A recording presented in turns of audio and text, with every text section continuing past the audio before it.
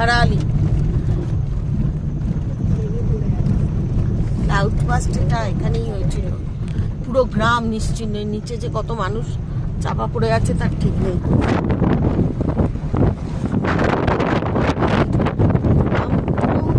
একটা গ্রাম পুরো শেষ। এখানে এখানে আপেলগুলো কিনতে পারিস তো রে, এদেরও একটু উপকার হয়।